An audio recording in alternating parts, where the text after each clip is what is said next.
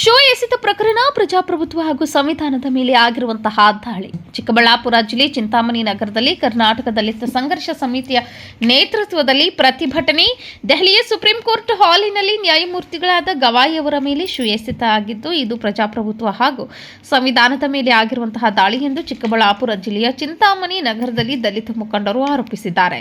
ತಾಲೂಕು ಕಚೇರಿಯ ಮುಂದೆ ಧರಣಿ ನಡೆಸಿ ಮಾತನಾಡಿದ ದಲಿತ ಮುಖಂಡರಾದ ಜನಾನಾಗಪ್ಪ ಹಾಗೂ ವಿಜಯ್ ನರಸಿಂಹ ಅವರು ಸುಪ್ರೀಂ ಕೋರ್ಟ್ ಹಾಲಿನಲ್ಲಿ ನ್ಯಾಯಮೂರ್ತಿಗಳಾದಂತಹ ಗವಾಯಿ ಅವರ ಮೇಲೆ ರಾಕೇಶ್ ಕಿಶೋರ್ ಎಂಬಾತ ಶೂ ಎಸೆದ ಪ್ರಕರಣವನ್ನು ಗಂಭೀರವಾಗಿ ಪರಿಗಣಿಸುವಂತೆ ಆಗ್ರಹಿಸಿ ಅವರು ಘಟನೆಗೆ ಕಾರಣರಾದಂತಹ ವಕೀಲ ರಾಕೇಶ್ ಕಿಶೋರ್ ಎಂಬಾತನ ಮೇಲೆ ಸೂಕ್ತ ಕಾನೂನು ಕ್ರಮ ಕೈಗೊಳ್ಳುವಂತೆ ಆಗ್ರಹಿಸಿದ್ರು. ನಂತರ ತಹಸೀಲ್ದಾರ್ ಸುದರ್ಶನ್ ಯಾದವ್ ಅವರ ಮುಖಾಂತರ ರಾಷ್ಟ್ರಪತಿಗಳಿಗೆ ಮನವಿ ಮಾಡಿದ್ದು, ಈ ವೇಳೆ ಜನಾರ್ದನ್ ಬಾಬು ಸೇರಿದಂತೆ ಮತ್ತಿತರರು ಹಾಜರಿದ್ದರು.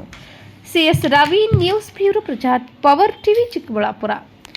ಇಲ್ಲ, ಇದು ಪಬ್ಲಿಸಿಟಿ ಇಂಟ್ರೆಸ್ಟ್ ಲಿಟಿಗೇಷನ್ ಅಂತ ಮಾಡ್ತಾರೆ. ನೀವು ಪಬ್ಲಿಸಿಟಿಗೋಸ್ಕರ ಮಾಡ್ತಾ ಇದ್ದಂಗಿದೆ. ಆದರೆ ಇದನ್ನು ನೀವು ಅರ್ಥ ಮಾಡ್ಕೋಬೇಕು. ಇದು ವರ್ಲ್ಡ್ ಹೆರಿಟೇಜ್ ಸೆಂಟರ್ಗೆ ಮತ್ತೆ ಅಲ್ಲಿ ಏನೋ ಆರ್ಕಿಯಾಲಜಿಕಲ್ ಸರ್ವೆ ಆಫ್ ಇಂಡಿಯಾಗೆ ಸಂಬಂಧಪಟ್ಟಿರೋದು ಅಂತ ಹೇಳ್ಬಿಟ್ಟು ಹೇಳಿದ್ರು ಸಮೇತ ಏನೋ ಅದನ್ನ ಅಲೋ ಮಾಡಲ್ಲ. ಆ ಒಂದು PA ಅಲೋ ಮಾಡದಿರೋದಕ್ಕೆ ಅವ್ರು ಮತ್ತೆ ಗಲಾಟೆ ಮಾಡ್ತಾರೆ. ಅವಾಗ ಅವ್ರು ಹೇಳ್ತಾರೆ, ನೋಡಿ ನಾನು ಇದು ಅಲೋ ಮಾಡೋಕ್ಕೆ ಸಾಧ್ಯ ಇಲ್ಲ ಅಂದಾಗ ಇವರು ನಾನು ವಿಷ್ಣು ಭಕ್ತ ಹಾಗಾಗಿ ಅದನ್ನ ಮಾಡಲೇಬೇಕು ಇನ್ನೊಂದು ಅಂತ ಹೇಳಿದಾಗ ಅವಾಗ ಇವರು ತುಂಬ ಸಿಂಪಲ್ ಆಗಿ ಹೇಳ್ತಾರೆ, ನೋಡಿ ಹಂಗಿದ್ರೆ ಏನಕ್ಕೆ ಇಲ್ಲಿಗೆ ಬಂದ್ರಿ, ನೀವು ವಿಷ್ಣು ಅವ್ರ ಜೊತೆ ಇದನ್ನ ಪ್ರಾರ್ಥನೆ ಮಾಡ್ಕೊಳ್ಳಿ ಅಂತ ಹೇಳಿದ್ದಾರೆ. ಅವ್ರಿಗೇನು ವಿಷ್ಣುಗೇನು ಬೈದಿದ್ದಿಲ್ಲ, ಇನ್ನೊಂದಿಲ್ಲ ಮತ್ತೊಂದಿಲ್ಲ. ವಿಷ್ಣುವಲ್ಲಿ ನೀವು ಪ್ರಾರ್ಥನೆ ಮಾಡಿ ಇದನ್ನ ಸಾಲ್ವ್ ಆಗಲಿ ಅಂತ ಹೇಳ್ಬಿಟ್ಟು ಹೇಳಿದ್ದಾರೆ ಅಷ್ಟೇ.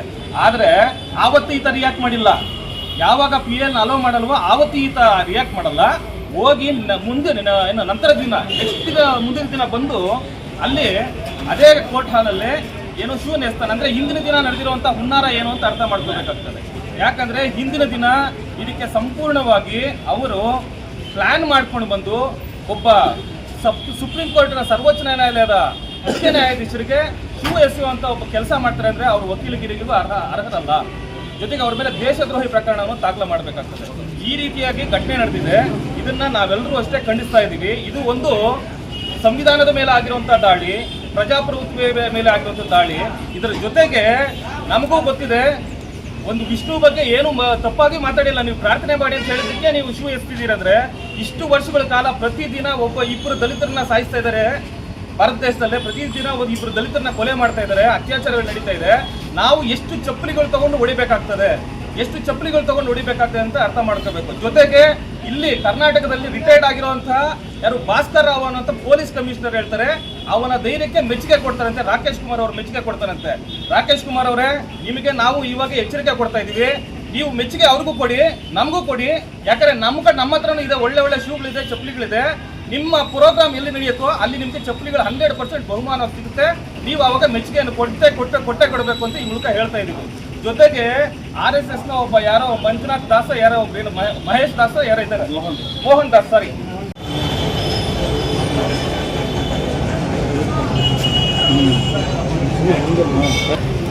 ದಲಿತ ಸಂಘರ್ಷ ಸಮಿತಿ, ಚಿಂತಾಮಣಿ ತಾಲೂಕು ಸಮಿತಿ, ದಲಿತ ಹಿಂದುಳಿದ ಅಲ್ಪಸಂಖ್ಯಾತರ ಹಾಗೂ ಪ್ರಗತಿಪರ ಮುಖಂಡರು ಚಿಂತಾಮಣಿ ತಾಲೂಕು ವತಿಯಿಂದ ಏನು ಮಾನ್ಯ ಸರ್ವೋಚ್ಚ ನ್ಯಾಯಾಲಯದ ಮುಖ್ಯ ನ್ಯಾಯಾಧೀಶರಾದಂತಹ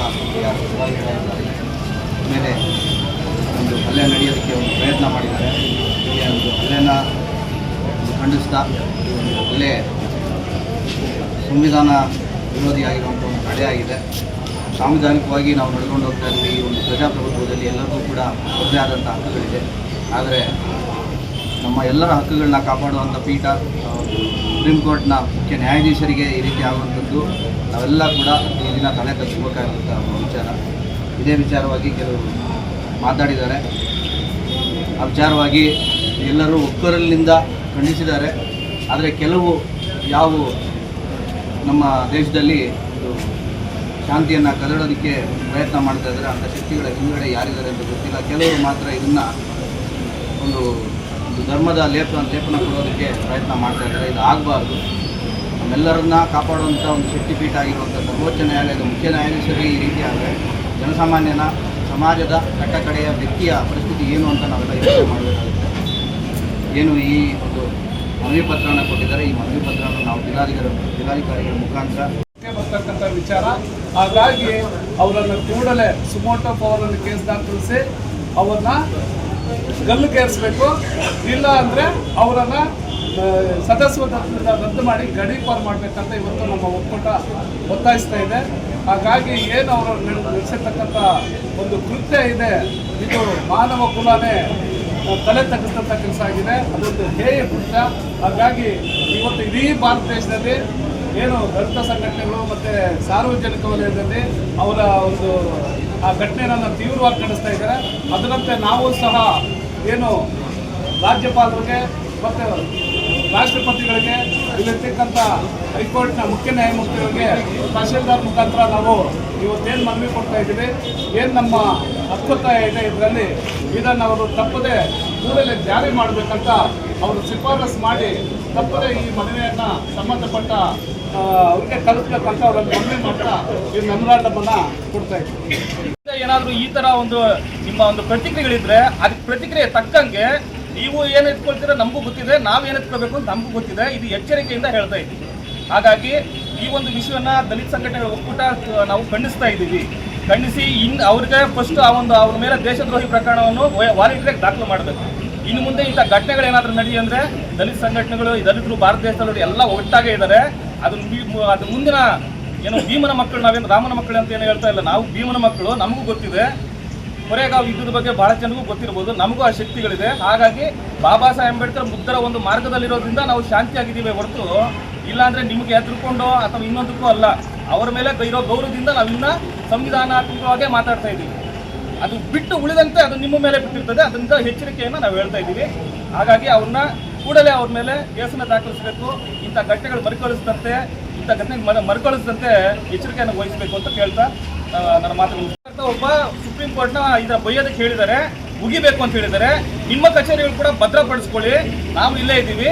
ಎಲ್ಲೆಲ್ಲಿ ದಲಿತ ಸಂಘಟನೆಗಳಿದೆಯೋ ಅಲ್ಲೆಲ್ಲ ಕೂಡ RSS ಎಲ್ಲಿ ಆಫೀಸ್ಗಳಿದೆಯೋ RSS ಇದೆಯೋ ಅಲ್ಲಿ ಹೋಗಿ ನಾವು ಕೂಡ ಚಪ್ಪಲಿಗಳಿಂದ ಹೋಗಿದ್ದೀವಿ, ಇಲ್ಲ ಮುಖದ ಮೇಲೆ ಮುಗಿತೀವಿ. ನೀವು ಸಿದ್ಧರಾಗಿ. ಯಾಕಂದರೆ ನೀವು ಮಾಡೋವಂಥ ನಿಮಗೆ ನಾವು ಒಂದು ಪೇಷನ್ಸ್ನ ಒಂದು ರೀತಿ ಪ್ರಶ್ನೆ ಚೆಕ್ ಮಾಡ್ತಾ ಇದ್ರಲ್ಲ, ನಮಗೂ ಗೊತ್ತಿದೆ. ಚಪ್ಪಲಿ ಹೊಲಿಯೋದು ಗೊತ್ತಿದೆ, ಚಪ್ಪಲಿಯಲ್ಲಿ ಹೊಲಿಯೋದು ಗೊತ್ತಿದೆ. ನಾವು 100% ಆ ಕೆಲಸನೂ ಮಾಡ್ತೀವಿ. ಇನ್ನು ಮುಂದೆ ತಾವು ಹುಷಾರಾಗಿರಿ. ದಲಿತರ ಮೇಲೆ ಆಗಲಿ, ದಲಿತ ನೌಕರರ ಮೇಲೆ ಆಗಲಿ, ಅಥವಾ ದಲಿತರಿಗೆ ಸಂಬಂಧಪಟ್ಟಿರುವಂಥ ಯಾವುದೇ ಒಂದು ಅಂಥ ಉನ್ನತ ಸ್ಥಾನದಲ್ಲಿರೋರಿಗೆ ನೀವು ಈ ಕೆಲಸ ಕೊಡ್ತಾ ಇದ್ರಂದ್ರೆ ಸಾಮಾನ್ಯವಾಗಿರುವಂಥ ಸಣ್ಣ ಪುಟ್ಟ ನೌಕರನ್ನ ಸುಮ್ಮನೆ ಬಿಟ್ಟಿರ್ತಾರೆ ನೀವು, ಸಣ್ಣ ಪುಟ್ಟ ಕೆಲಸ ಮಾಡೋರು ಸುಮ್ಮನೆ ಬಿಟ್ಟಿರ್ತಾರೆ ನೀವು. ಹಾಗಾಗಿ ಇನ್ನು ಮುಂದೆ ನೀವು ಯಾವ ರೀತಿ ಪ್ರತಿಕ್ರಿಯೆ ಕೊಡ್ತಾರೆ, ನಿಮ್ಗೆ ಸರಿಯಾದ ನಿಮ್ಮ ರೋಗ ಗುಣಪಡಿಸುವಂಥ treatment honourable chief justice high court Karnataka ಇದು ಕೂಡ ತಪ್ಪಿಸುವಂಥ ಒಂದು ಕ್ರಮ ಮಾಡ್ತೀವಿ. ನನ್ನ ಪರ್ಸ್ನಲ್ ಅಭಿಪ್ರಾಯ ಕೂಡ ಅದೇ. ಯಾವುದೇ ಕಾರಣಕ್ಕೂ ಸಂವಿಧಾನಿಕವಾಗಿ ನಾವು ಕೊಟ್ಟಿರೋಂಥ ಹುದ್ದೆಗೆ ನಾವು ಕಾಪಾಡ್ಕೊಂಡು ಹೋಗ್ಬೇಕಂದ್ರೆ ಮನುಷ್ಯನ ಆ ಹುದ್ದೆಯನ್ನು ಅಲಂಕಾರ ಮಾಡುವಂಥವ್ರಿಗೆ ನಾವು ಯಾವ ವ್ಯಕ್ತಿ ಅನ್ನೋದಕ್ಕಿಂತ ಆ ಹುದ್ದೆ ಏನು ಅನ್ನೋದನ್ನು ನಾವು ಗಮನದಲ್ಲಿ ಇಟ್ಕೋಬೇಕು. ಕೋರ್ಟ್ಗೆ ಆದಂಥ ಒಂದು ರೀತಿ ನೀತಿಗಳಿದೆ, ಅಲ್ಲೂ ಕೂಡ ಒಂದು ಡೆಕೋರಮ್ ಅನ್ನೋದನ್ನು ಮೇಂಟೈನ್ ಮಾಡಬೇಕಾಗುತ್ತೆ. ಈ ರೀತಿ ಒಂದು ಶೂ ತೆಗೆದು ನಾವು ಹಲ್ಲೆ ಮಾಡುವಂಥ ಪ್ರಯತ್ನ ಜನಸಾಮಾನ್ಯರಿಗೂ ಕೂಡ ಒಕ್ಕೂಟ ಮತ್ತು ಕರ್ನಾಟಕ ದಲಿತ ಸಂಘರ್ಷ ಸಮಿತಿ ವತಿಯಿಂದ ದೆಹಲಿಯ ಸರ್ವೋಚ್ಚ ನ್ಯಾಯಾಲಯದಲ್ಲಿ ಮುಖ್ಯ ನ್ಯಾಯಮೂರ್ತಿಗಳಾದಂಥ BR ಗವಾಯಿ ಅವರ ಮೇಲೆ ಏನು ರಾಕೇಶ್ ಕಿಶೋರ್ ಅನ್ನೋ ಒಬ್ಬ ನಾಲಾಯಕ ವಕೀಲ, ಅದು ಕೋರ್ಟ್ ಹಾಲಲ್ಲೇ ಸಹ ಸಾರ್ವಜನಿಕವಾಗಿ ಅವರು ಇವರ PALನ್ನು ಅಡ್ಮಿಟ್ ಮಾಡಿಲ್ಲ ಅಂತ ಹೇಳ್ಬಿಟ್ಟು ಶಿವನ್ ಎತ್ತಿದ್ದಾರೆ. ಇದು ಸಾರ್ವಜನಿಕ ಕೆಲಸ ಆಗ್ತಾ ಇದೆ. ಇದು ಆಗಬಾರ್ದು. ಸಂಪೂರ್ಣವಾದಂಥ ನಂಬಿಕೆ ಇರಬೇಕು ನ್ಯಾಯಾಧಿಕರಣದ ಮೇಲೆ. ಯಾಕಂದರೆ ನಮ್ಮ ದೇಶ ನಡೀತಾ ಇರೋಂಥ 4 ಅಂಗಗಳಲ್ಲಿ ಒಂದು ಜುಡಿಷಿಯರಿ ಅನ್ನೋದು ಪ್ರಮುಖವಾದಂಥ ಒಂದು ಅಂಗ. ಸೊ ಆ ಅಂಗಕ್ಕೆ, ಆ ಒಂದು ನ್ಯಾಯಾಧಿಕರಣಕ್ಕೆ ಧಕ್ಕೆ ತರುವಂಥ ಕೆಲಸಗಳನ್ನ ನಾವು ತೀವ್ರವಾಗಿ ಖಂಡಿಸಬೇಕು. ಅದು ಮುಂದೆ ಮರುಕಳಿಸಿದಂತೆ ನಾವೆಲ್ಲ ಕ್ರಮ ವಹಿಸಬೇಕು ಅಂತ ನಾನು ಹೇಳ್ತಾ ಈ ಒಂದು ಮನವಿನ ಜಿಲ್ಲಾಧಿಕಾರಿ